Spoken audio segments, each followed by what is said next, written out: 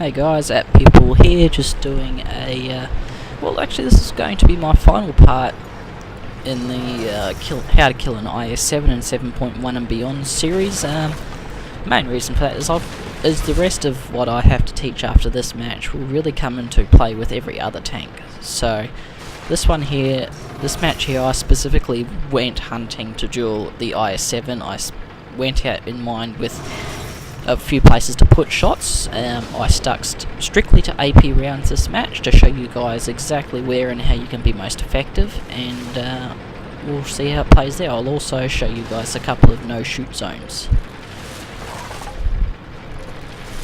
So yes, basically the first thing that you always want to do to an IS-7 is get the first shot in on them, try and get it on their side. That's where you do the most damage.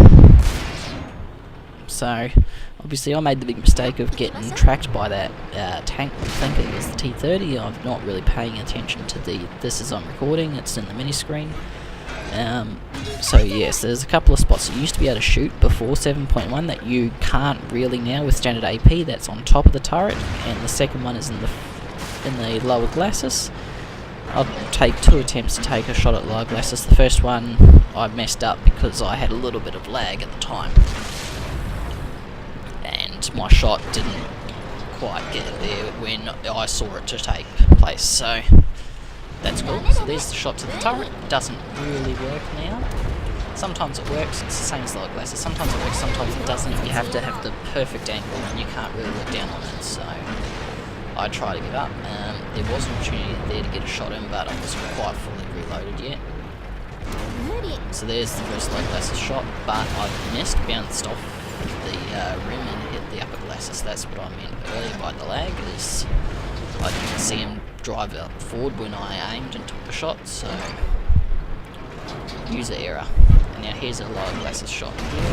That's at a slight angle. Unless they're dead on, you're not going to penetrate with standard AP, so don't go for it. Instead, this is what you should be doing with this tank. It's very hard to move yourself this way, especially when you know that there's tanks behind you shooting. You've got to try and just keep an eye on that. But right there in that shoulder plate is exactly where you should shoot those tanks. The main reason is because at the angle that you look down on from there, and the fact that I'm at an angle where I'm straight on, it makes the armour flat so that my 239mm penetration will actually be utilised.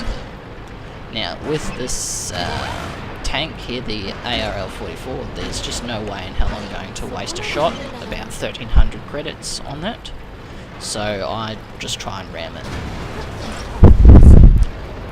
Simple solution to a problem. Really, the rest of this match here is just me mucking around.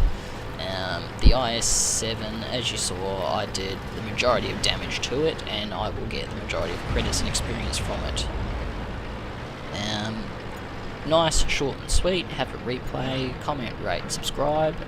Definitely, if you've got any comments or anything else, or any other questions, or basically any tutorials on other particular tanks to play against in your E-100, definitely pop them up. The next tank that I might do a focus spotlight on with a couple of parts is quite likely the T-95, but the problem is that lately that tank actually doesn't pop up for me very much in Matchmaker unless I'm platooning, in which case I can't really give you an accurate demonstration because, well, I've got none for advantage a team over what they have. But anyway,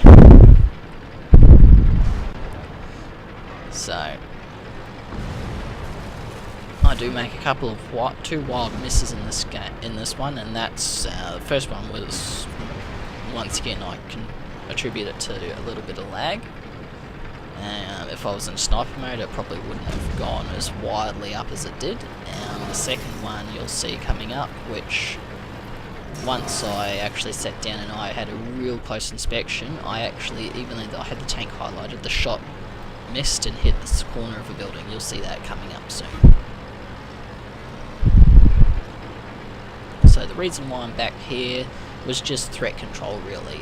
We had the AMX 1375, and then we had this T-54, both of them quite headed to our base, quite likely to capture, so I just went in to intercept.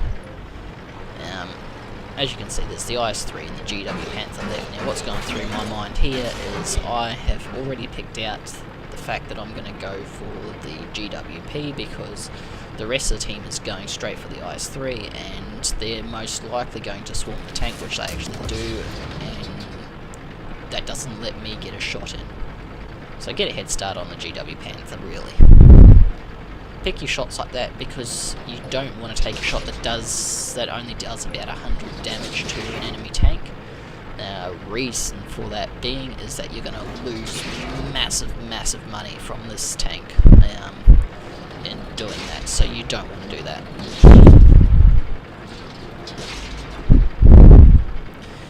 After this one, I will continue on with doing a little bit more of a touch-up on armor angling and everything, and situational awareness, but most of the topics have been covered, really. So do let me know if there's any other aspect of gameplay you really want me to cover, and I'll put them in as well. With these matches, I generally tend to go, yeah, this is how I'm going to play it before I start, and then I do it. So, kudos to me, I suppose. Well, anyway, guys, I shall catch you all later. Give me comments, rate, subscriptions, and I will give you love back with more videos.